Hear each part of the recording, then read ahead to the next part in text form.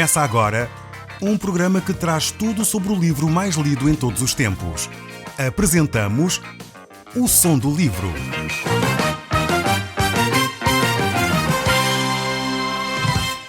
Seja muito bem-vindo. Neste podcast vai encontrar o livro mais conhecido e lido em todo o mundo. Vamos levá-lo numa viagem pela história da humanidade. Este é um audiolivro para si, para a sua família e sociedade em geral. Contextualização e comentários de Paulo Chaveiro. Eu sou Paulo Chaveiro e nós hoje estamos a introduzir o livro de Colossenses, que foi escrito pelo apóstolo Paulo. Esta é uma epístola, uma carta, mais uma vez, mais uma das várias cartas que o apóstolo Paulo escreve a uma comunidade. E ele escreve esta carta quando ele está preso em Roma. Enquanto ele se dirige a Roma, pois, como estamos lembrados, o apóstolo Paulo tinha ido até Jerusalém, lá quiseram matá-lo e ele apelou então para César, para ser ouvido por César, para ele julgar a sua causa, e por isso mesmo ele foi então conduzido até Roma. Neste momento ele está preso em Roma e ali ele escreve várias cartas. Temos aqui então, esta é uma delas, esta carta à igreja em Colossos, à igreja de Colossenses, e ela foi escrita por volta mais ou menos do ano 62 da era cristã.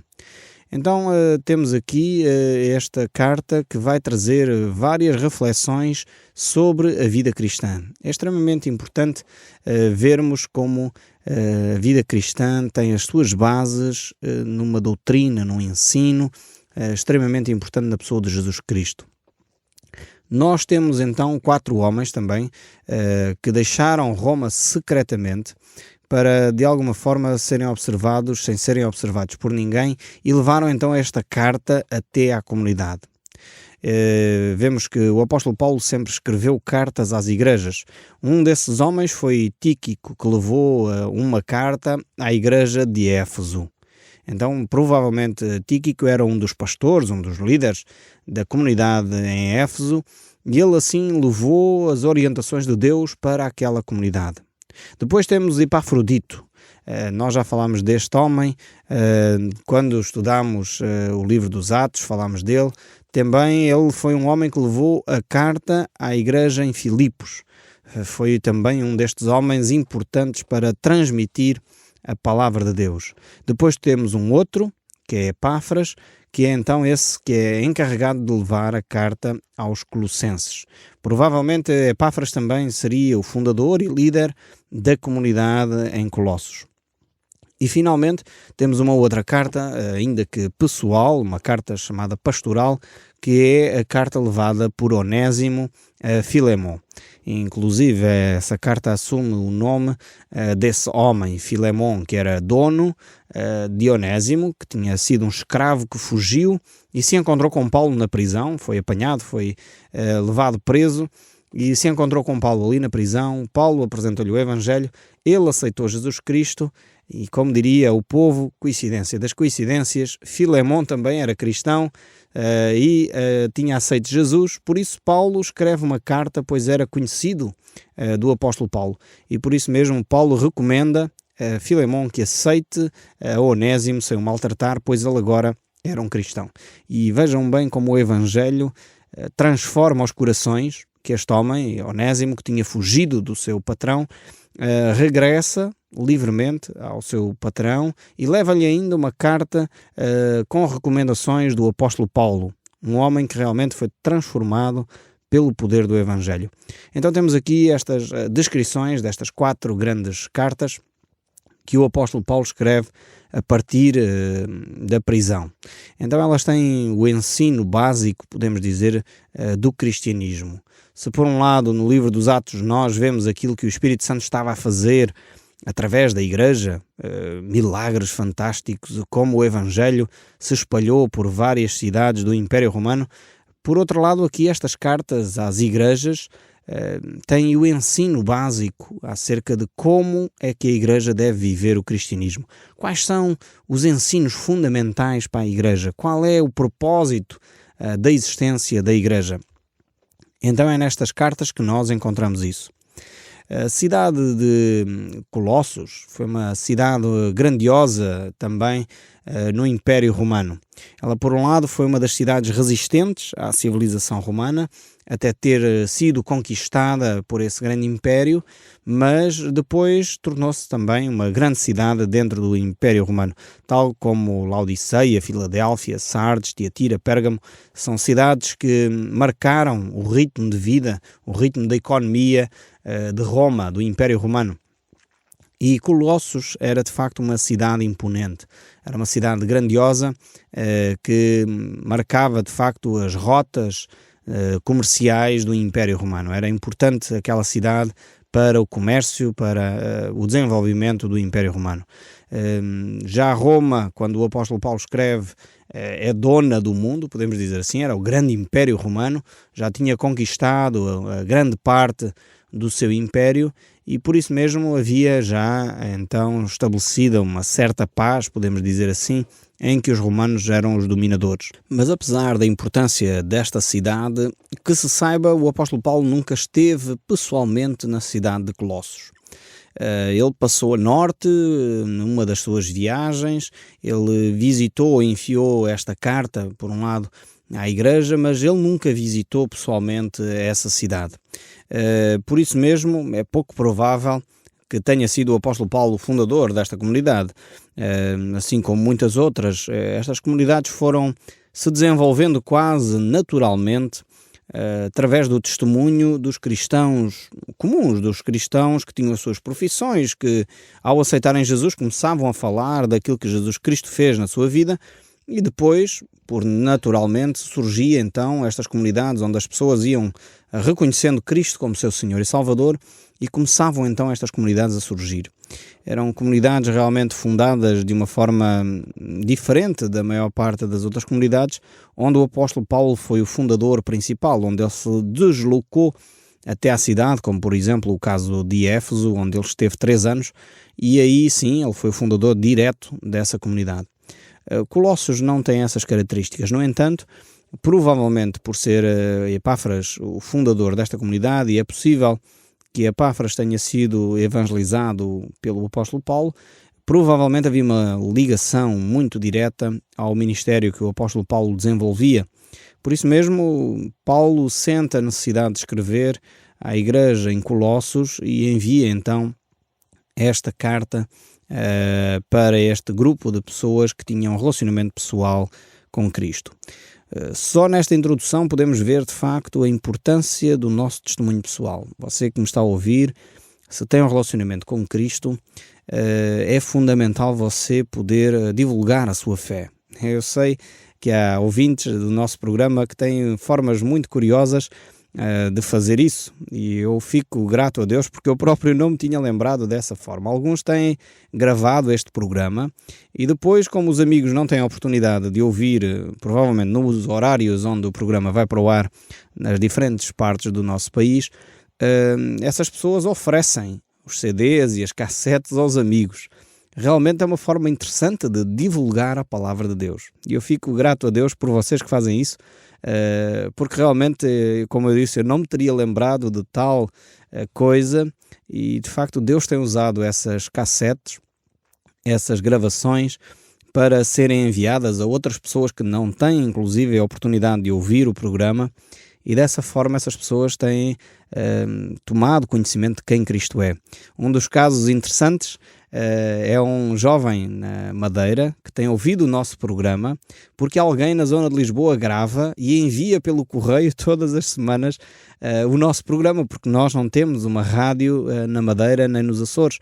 Então é interessante que essa pessoa tenha ouvido o programa O Som do Livro e tem sido alimentada espiritualmente na Madeira através do nosso programa, através de alguém que grava e envia para esse seu familiar as cassetes do nosso programa. Sei de outras pessoas no Norte que fazem o mesmo, enviam para os amigos, alguém também que oferece e houve uma família, por exemplo, que colocava as cassetes no carro, como não tinha rádio que apanhasse a sua zona, sempre que se deslocavam e ouvindo a mensagem da Palavra de Deus que conforta tanto os nossos corações.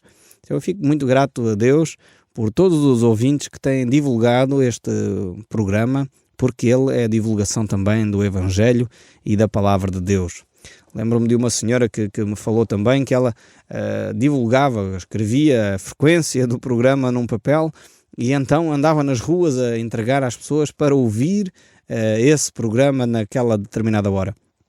E de facto há pessoas que têm utilizado esta criatividade toda sem que eu tenha dito absolutamente nada e têm sido tão enriquecidas pelo Evangelho que ouvem nestes programas que se têm motivado e mobilizado para divulgar a fé desta forma, utilizando aquilo que Deus já está a fazer. É de facto uma forma interessante. Aqui temos em Colossos esta igreja que surge fruto deste trabalho assim. E eu sei que em muitas partes do nosso planeta tem acontecido também o mesmo. Fruto deste programa da rádio que outros colegas fazem noutros países, como por exemplo na Ucrânia, surgiram 6 comunidades, 6 novas igrejas, fruto do programa O Som do Livro, onde pessoas foram se juntando e começaram a ouvir o som do livro e começaram a ouvir a palavra de Deus e formaram 6 igrejas na Ucrânia, fruto desse trabalho. E as pessoas começaram a pensar, mas já somos 50, 60 pessoas aqui a ouvir, porque é que não convidamos um pastor para nos ajudar diretamente? E assim começaram várias igrejas nesse país. Aqui no nosso país, à nossa própria medida, está a acontecer o mesmo. Uma coisa muito interessante aí no Alentejo, onde vários ouvintes que nós temos que se estão a juntar e estão a ser alimentados pelo programa O Som do Livro.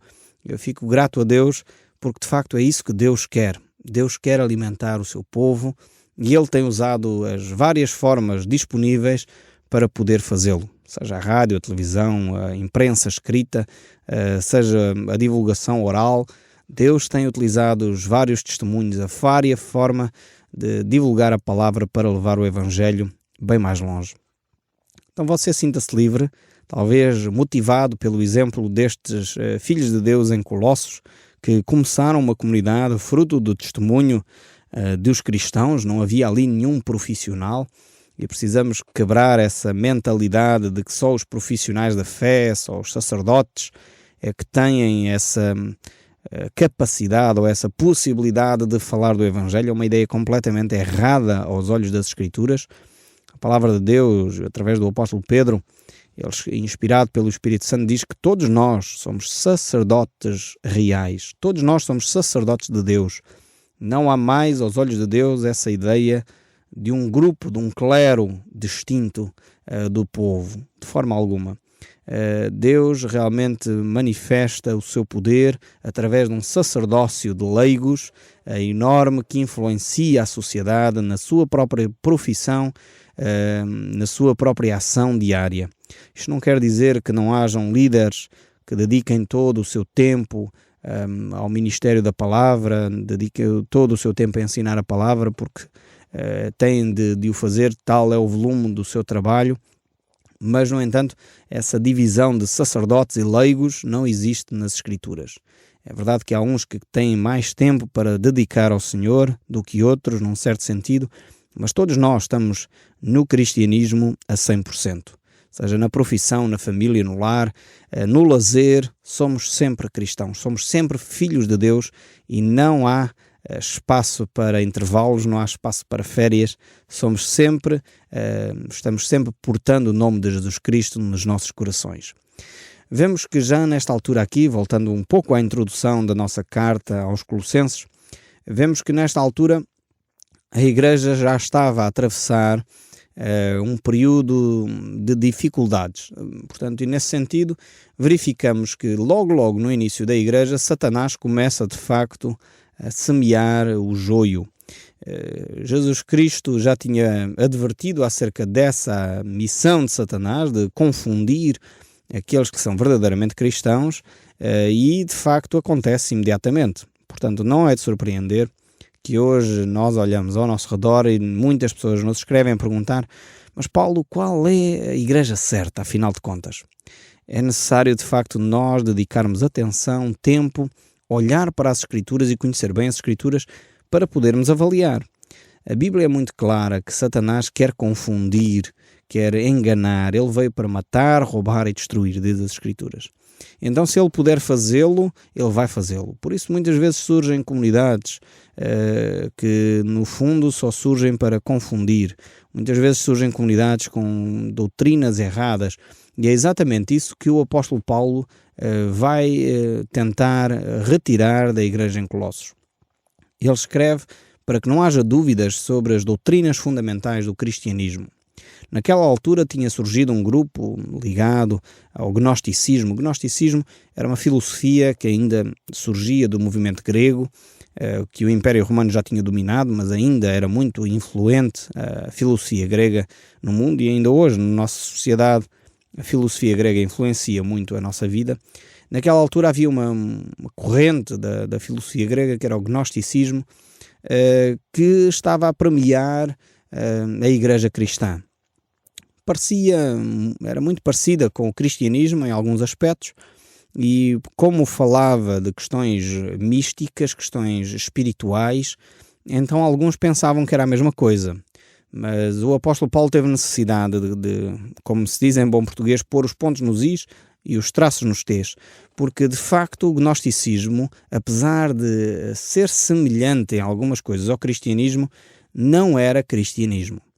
Então vemos que o gnosticismo, por exemplo, era uma doutrina, uma filosofia de vida que dava muita importância à espiritualidade. O cristianismo também, portanto, neste aspecto era comum. Mas a partir daqui não havia muito mais coisas em comum. Por exemplo, havia fações do gnosticismo que diziam, ok, o que é bom é a vida espiritual, o que é mau é o corpo. Até aqui parece cristianismo, porque Jesus dizia que precisamos de adorar a Deus em espírito e em verdade.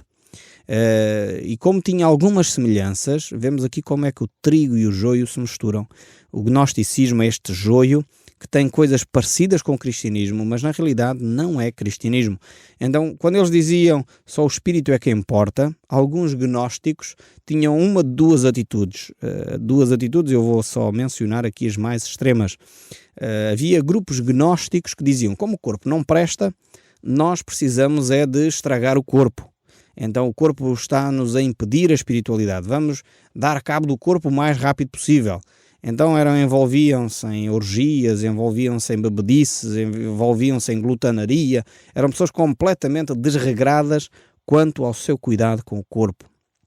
Depois tinha o outro extremo dos gnósticos, que era um grupo que dizia, ok, o que importa é a espiritualidade, o corpo não presta, até aqui estavam em concordância, mas depois diziam, ok, como o corpo não presta, nós vamos nos isolar de tudo aquilo que pode fazer mal ao corpo, não vamos cuidar do corpo também, mas vamos nos isolar. E então daqui surgem os primeiros movimentos ascéticos, os primeiros movimentos de pessoas que se isolam simplesmente para estar numa espiritualidade assim meio etérea, uma espiritualidade de meditação quase transcendental, sem que o corpo tivesse quase influência. Estas duas posições extremadas mostram claramente que isto não tinha a ver com o cristianismo, porque por um lado eles diziam Cristo é assim um aion, era a expressão que eles usavam, uma expressão grega, para dizer assim um espírito entre muitos outros espíritos. Portanto, o gnosticismo na sua maioria era panteísta, era um politeísta também, portanto tinha as suas filosofias baseadas em muitos deuses, muitos aions, muitos espíritos, e todos esses espíritos eram criaturas que tinham sido recriadas umas pelas outras, e Cristo seria assim o aion supremo. Realmente parece uma coisa interessante e o apóstolo Paulo tem necessidade então de clarificar estas posições sobre o gnosticismo e o cristianismo. Por isso mesmo ele vai assentar a sua carta na sua posição apostólica. Por isso nós podemos ler logo os 2 versos primeiros, só como introdução. Diz assim, Colossenses capítulo 1, verso 1 e 2, Paulo, apóstolo de Cristo Jesus, por vontade de Deus, e o irmão Timóteo, aos santos e fiéis irmãos em Cristo que se encontram em Colossos, graça e paz a vós outros da parte de Deus, nosso Pai. O apóstolo Paulo aqui, através desta introdução, ele vai querer começar a pôr então a casa no seu devido sítio. Ele mostra que, em primeiro lugar, ele é apóstolo de Cristo Jesus, ou seja, ele é enviado Apóstolo significa enviado, a palavra apóstolo tem esse sentido, enviado por Cristo Jesus. E cabe aqui hoje fazer um pequeno parêntese, porque infelizmente, creio eu, tem surgido uma nova filosofia dentro de algumas comunidades em que hoje há apóstolos em cada canto. Cada vez se auto-intitulam mais apóstolos. Eu não sei quem é que os intitulou, quem é que os enviou. Estes apóstolos aqui eram claramente enviados pela pessoa de Jesus Cristo. Eram 12, que a Bíblia identifica muito claramente. E depois temos aqui o apóstolo Paulo, que ele próprio diz como que um apóstolo abortivo, um apóstolo fora do tempo, surge o apóstolo Paulo. E sabemos nós, pelas cartas que o apóstolo Paulo deixa escritas, que ele próprio passou 3 anos com Jesus Cristo no deserto de Damasco. Então vemos que apóstolos eram aqueles que tinham estado com Jesus Cristo e tinham recebido esta missão direta de Cristo Jesus. É importante fazer este ponto de ordem aqui, porque efetivamente hoje em dia, mais uma vez, creio que isso só traz confusão. Surgem em cada canto apóstolos novos. Eu acho, sinceramente, que é necessário nós termos alguma atenção. Não é grave, creio eu, as pessoas que se auto-intitulam apóstolos, cada um assume o título que quer, mas é interessante ao mesmo tempo ver que apóstolos eram aqueles que recebiam essa missão diretamente da pessoa de Jesus Cristo. E eu creio sinceramente que esses novos apóstolos que nós hoje vamos ouvindo por aí não o receberam, porque Cristo não mais tomou essa atitude para com ninguém durante 20 e tal séculos. Não seria agora que eu iria fazer, e por isso mesmo esse ministério de apostolado se esgota então nesses 12 apóstolos enviados por Jesus Cristo. Vemos então que o apóstolo Paulo era um apóstolo de Jesus Cristo por vontade de Deus. Fundamental esta premissa para percebermos que não é por vontade humana, não é por eu ser ou querer ser apóstolo que eu me torno apóstolo. Agora eu, Paulo Chaveiro, diria, ok, eu agora quero ser apóstolo, quero ser enviado por Jesus Cristo. De alguma forma todos nós já fomos enviados por Cristo. Jesus Cristo disse na grande comissão em Mateus 28, ide por todo o mundo. É uma grande missão, há um envio da parte de Cristo a todos os cristãos. Nesta perspectiva, poderíamos dizer que todos os cristãos então seriam apóstolos.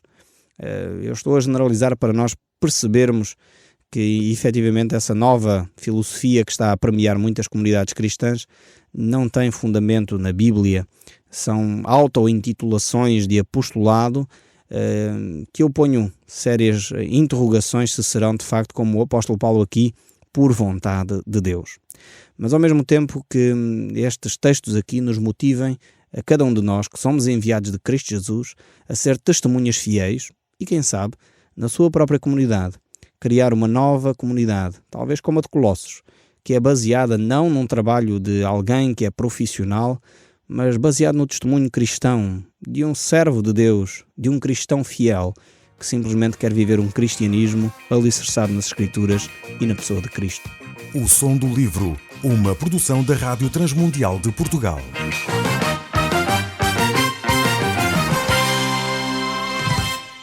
RTM. Conhece todos os nossos programas em rtmportugal.org. Uma produção da Rádio Transmundial de Portugal.